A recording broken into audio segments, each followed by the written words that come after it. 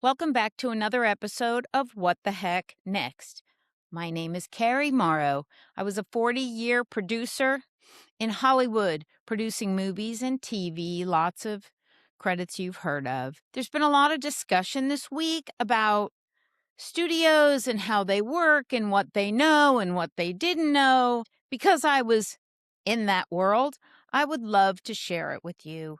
So come along and let's get into it, because right now in my life, it's a moment of life having a way of changing my plans, the ones I never planned to change. We're going to talk about the studios, and I'm going to help you understand behind the scene dynamics, stuff you never imagined.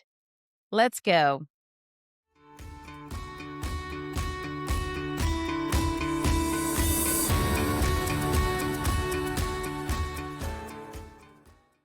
Welcome back to another episode of What the Heck Next. I'm excited to share behind the scenes information about the studios and the dynamics and how they work. Last week, I shared a bunch of dirty stories. This week, it's interesting stuff you'll be pretty surprised about. You get the impression that everybody's just one big happy family. No. It doesn't work like that most of the time. I have been on these great big love fests and love bombing experiences where everybody gets along, and sometimes it lasts. Most times it doesn't. We got to get through to the finish line. It can get a little contentious or a little mean or a little ugly or a little undermining. I'm there to execute the production and make sure everything they're asking for, everything they dream about, everything they're shooting for, literally, comes to be. That's my job. I come to an agreement with them about the money needed to manifest the script that they've supplied me with, because that script is really the baseline. That's where we start, and then we budget from there, and then we execute from there. Things that can go kind of south. And the reason I'm bringing this up is because there's all this, my gosh, internet chatter about that Mormon girl who beat up her boyfriend and maybe didn't beat up her boyfriend and he beat her up. It's such a disgusting story. My point of view on that whole story, here's the point that I can't really wrap my head around, is the fact that this crazy video that's going around, that horribly unattractive piece of video that shows her beating up her boyfriend and the chair hitting her child in the head, she went back to him right after she pled guilty in 2023. She got pregnant. She got pregnant so fast after that her son, the product of getting back with him, was born in March of 24. You got to be kidding me. The conversation is, what did the studio know? What did the network know? What did the sponsors know? Here's what they knew. They knew everything. Everybody knows everything. It's not that hard to find out stuff. I have to find out stuff just on a crew. I did a big video that all of you liked, near 350,000 views, about a crew member that I had to hire that got the worst recommendations. I can't even tell you. I mean, like, everybody said to me, if you have to work with that guy, he's such a nightmare, quit your job. So if it's going to come to somebody like that, I mean, that was a crew member. This is the star of your show. They knew everything. Remember, the reality show is based on her insanity of being a Mormon, which is a special religion to a lot of people, and swinging and cheating and lying and getting a group of women together to talk behind each other's backs about each other and tell off each other's husbands. And it's really that's just the level of that reality show. The sad thing is that The studio did know. So canceling The Bachelorette, which was the other reality show she was about to be on, it was not that difficult. I'll tell you why. Because the sponsors, the people that pay for the show, do you understand how advertising works? You sell spots in your show. All those commercials that you see, and maybe you don't stream with commercials, but people who do, all the advertisers, whether it be soap or shampoo or makeup or cars, travel, airlines, those are the ones who pay for the show. And along with that show, The Bachelorette, they get what they call trade ups. Okay, so when they go to that incredible hotel in Fiji or Tahiti or Bahamas, that reason they show the name of the hotel is so that they get free publicity. Well, not necessarily free because they paid for that. They said, "We'll shoot The Bachelor here, and you're gonna show our big sign every time you can. When you edit, you're gonna get." By the way, they send out a cameraman to take lots of pictures of that sign and lots of shots, what they call B-roll, of that resort so people can go, "Oh, honey, we really should go there." Okay. So when the people that were sponsoring the show, like Cinnabon, who was the first one that's been publicized, came out and said, "We're done. We want nothing to do with this girl or your show." That was big money to them. That was big. Then they had to look at their choice. Okay, maybe we pushed this further and thought it could go. Now, let me tell you something. I was on a show where they took a big chance. Guess who they took a big chance on? And it was in around 2003, 2004. I was on a movie called Kiss Kiss Bang Bang. At the time, Robert Downey Jr. was still coming out of his rehab, and he was trying to live a sober life, and it was so difficult to get him insured.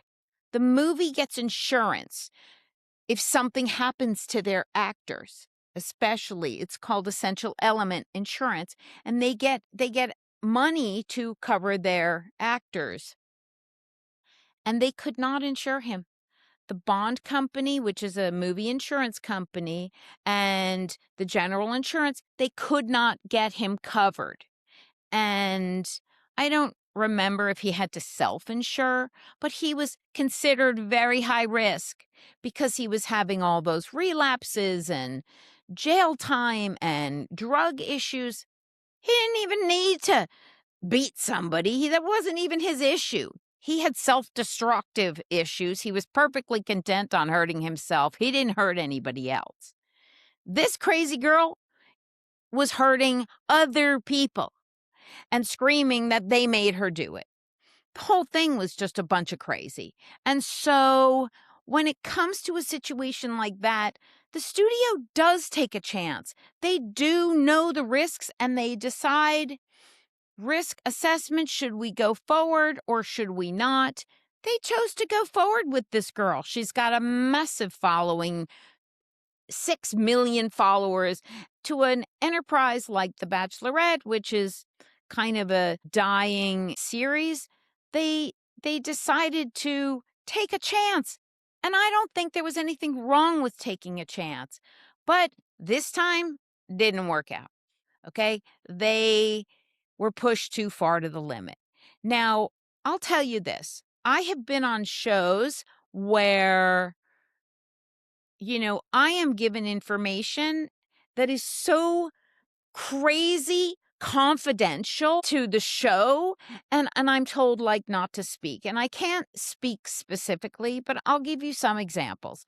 I did a show, and the very big actors, not just actresses, actors, all actors, get what they call personals, personal makeup, hair team. Okay. Like Jennifer Lopez, she was one of the actors that I had to get personals for. A lot of the women, if they're A-list actors, get what they call a personal makeup artist, somebody who truly only does their face, their hair, their makeup.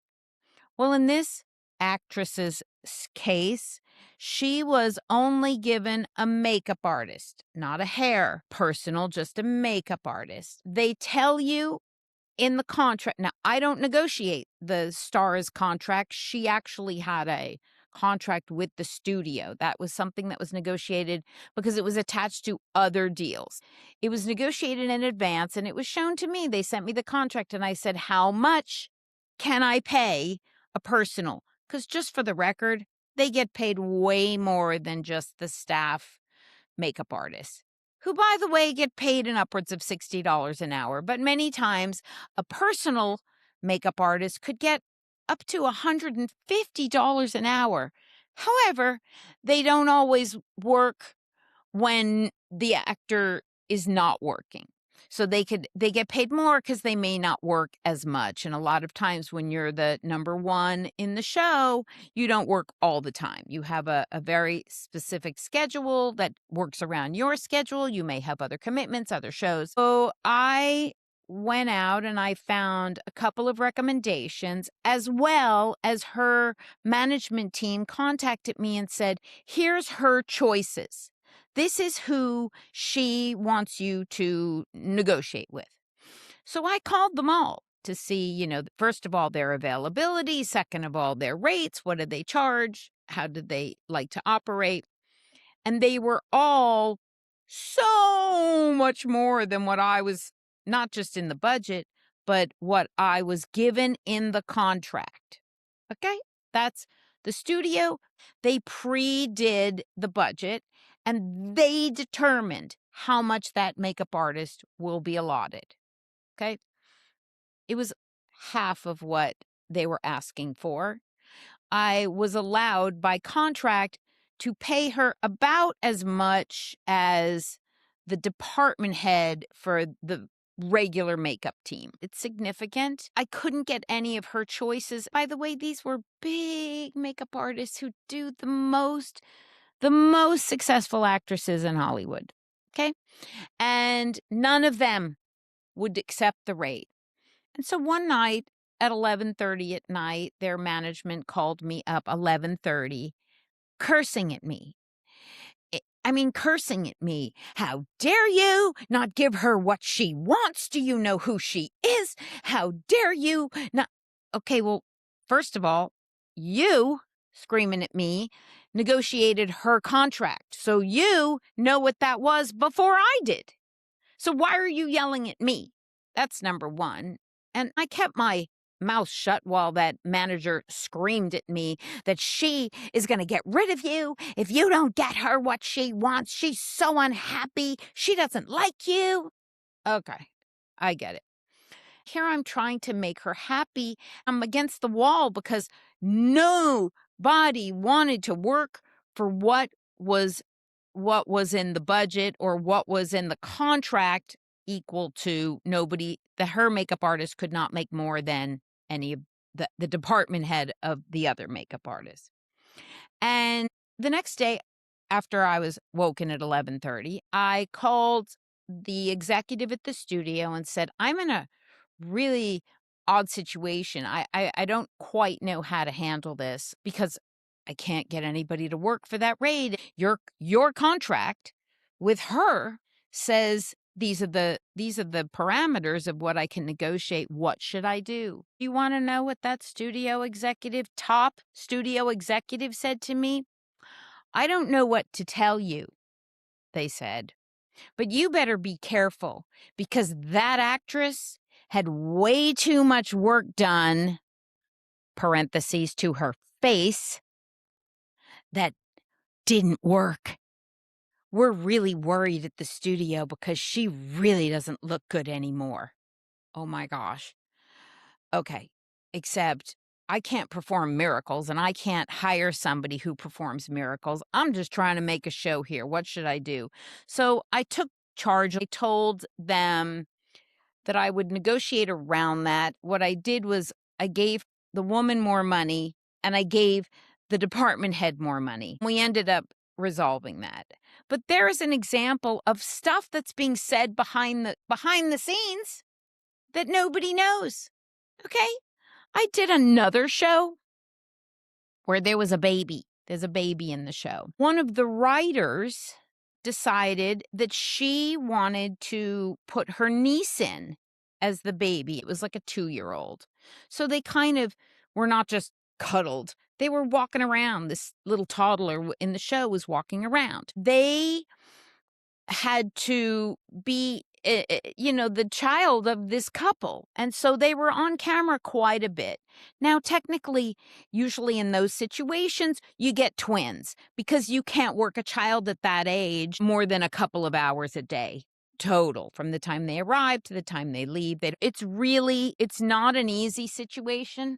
Come on, Chaya, you want to sit up here? Okay, say hi, Chaya. You have to say hi to everybody. Say hi. I want to say hi to everybody. And now you're going to sit still. So it's not easy when you have to work with children. In the meantime, the executive producer of this show says to me, "Get me a picture of her niece. Let me see what she looks like." She's telling that writer that she can have her niece in the show. Okay? She's saying, "Oh, sure, I'm sure we can make it work." I bring the picture of this cute little baby to the executive, who took one look at that picture and said to me, "I refuse to have that ugly baby in my show." Oh, gosh. And she goes, "And you are going to go back to her and tell her that the studio is demanding that it's twins and her niece can't be in it." Well, that writer was pretty unhappy with who? With me. Okay? Because in her mind, I should have made it work. She's a top writer. I mean, I understand. What was I supposed to do? Because there's always something else being whispered in your ear. Those are the things about working in Hollywood that nobody talks about. The secret behind the secret. Okay? They don't mention it. They don't say, "Oh boy, there's really more to that story." You can't say. And you sign an NDA. So for those of you who write to me and say, "Name names," I can't name names. I'm respectful and I would like to keep working. I'm going to keep working. I'm very respectful, but those are the kind of stories that go on. I did a movie long time ago. This one's an old one, where we shot for 2 weeks. And I could hear the whispers from the executives and the studios telling each other that they thought the lead actress, the lead, was awful.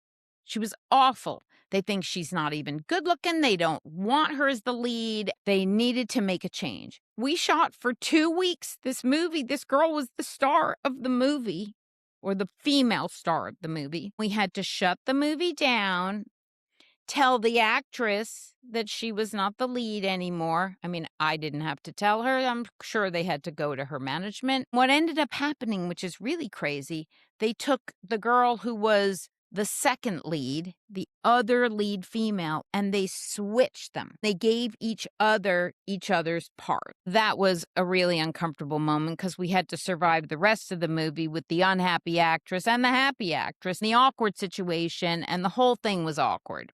Those are the kind of things that really go on. Or somebody's cast in the show, and then in the editing room, they cut them out. Bye. They get to the premiere, they see they're not even in it. Where'd they go? They're gone.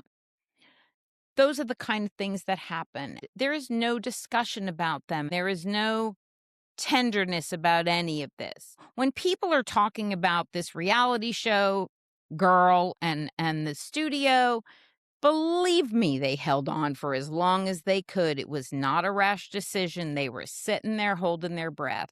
I have been in those rooms. I have heard those conversations. I know exactly what goes on. I've been there when they've fired the cinematographer, the lead actress. I've seen it all. I did a movie once where the costume designer it was a costume important movie. The costume designer was coming up with these incredible sketches. Like sometimes they will sketch their design, sort of like a fashion designer will sketch it. They'll present it to the executive. And why did they do it that way?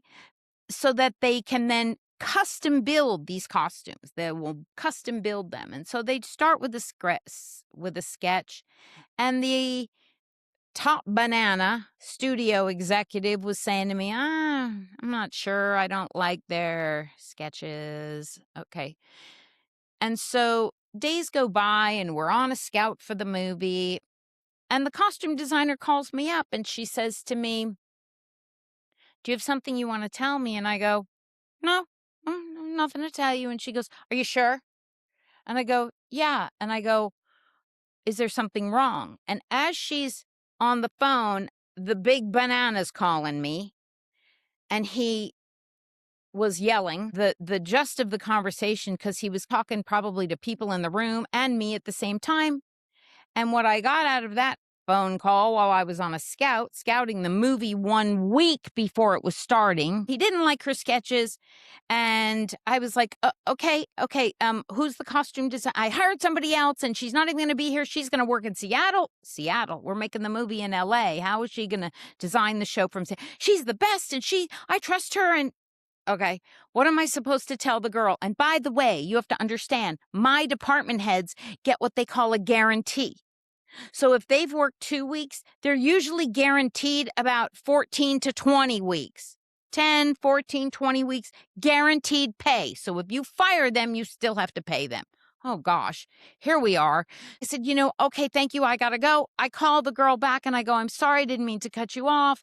So-and-so was calling me. And she goes, you want to know why? Because there's girls in the next cage. Now, at Universal, the costume department has what they call cages, and each show gets like this giant cage with these enormous racks and stories of clothes. And there's girls in the next cage prepping this movie. And it's not my girls. And I go, oh, God.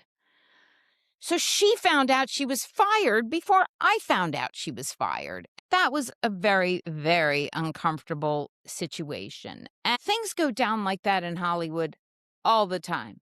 You do not know something's coming down. And by the way, I'll be really honest with you. It happened to me when one of my executives quit and the new people came in and they wanted to bring their own people and the movie hadn't even started. And everybody on my crew knew that they were bringing in new producer and new staff, but me.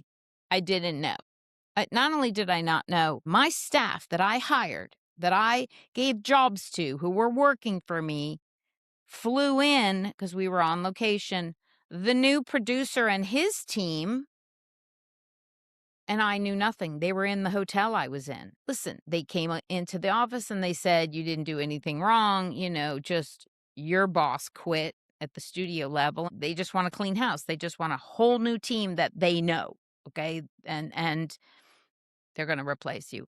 Okay, I've been on the receiving end of it. But I'm going to tell you, Hollywood is difficult, and it does not operate like what you think. It is tough. It is dirty secrets. It is don't ask, don't tell. Keep your head down. Do what you're told. You have no idea what's going to happen next. And I have been on the receiving end of what the heck next.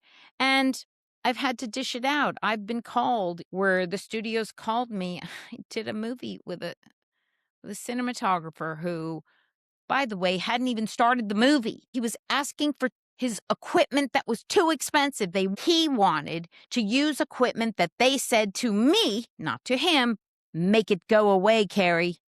Make it go away. And he would call them, and I called him and I said, listen, they are not going to approve this set of equipment, this camera package that you want so badly. Please let it go. I'm begging you. And he had the audacity to say to me, this is none of your business. I'm dealing with them directly. Okay. So he arrived on location and I had to tell him he was fired. Studio called me up and said, we've already replaced him. The replacement's on his way. Your job is to tell him bye-bye. Oh my gosh. Can I tell you, that guy never talked to me again. He thought it was my fault. It wasn't my fault. I really, really, really tried to tell him without telling him because I couldn't say, the studio said no and they hate you, because then I sound, first of all, I sound like I'm not dealing with it because they just look at me and they go, make it go away, Carrie. All right. So I want you to get it. I want you to understand the job that I had to do, the job that producers have to do, and the way the wheels turn behind the scenes. It's fascinating. It's unexplainable. But this week in the news with this girl and ABC, Disney, and whether they should ever, shouldn't ever, couldn't have, they took a chance. Yes, they knew, and they took a chance. They knew really well, but they thought it would pay off in dollars. And right now, while Hollywood, as I have said, unbelievable amounts of time, is broke, bleeding, and Warner Brothers, who's $63 billion in debt or whatever their problem is, was the production company for The Bachelorette, and they needed to make up for something and have a hit. They're about to be sold on the open market. They wanted a success, and that was a train wreck. A train wreck. There's my 50 cents. I had to share it with you. I want you to understand what goes on behind the scenes. Last week, I talked about those crazy sexcapades on the shows that I've been on, and I've got more stories like that. But those are the wheels of Hollywood, and they keep turning. Everything is done for money, ratings, rankings. It's very important to survive right now. So I completely understand how it happened. My name is Carrie Morrow. This is my podcast, What the Heck Next? What the heck happened to my Hollywood? What the heck is going to happen to me? What the heck next? I'm really glad that you got some stories from me today, because life has a way of changing my plans, the ones I didn't plan to change, but it's going to be okay. I'm going to tell you, I got good things going on, and I'm going to say to you the same thing I say to my son every single time I talk to him. Go do great things, and great things happen when you shoot the puck. So go shoot your puck, because great things happen when you do. Please subscribe to my channel, like, follow, listen, Apple, Spotify, YouTube, wherever you get your podcast. I really appreciate you being here. Have a great week. Go shoot the puck. Great things happen when you do.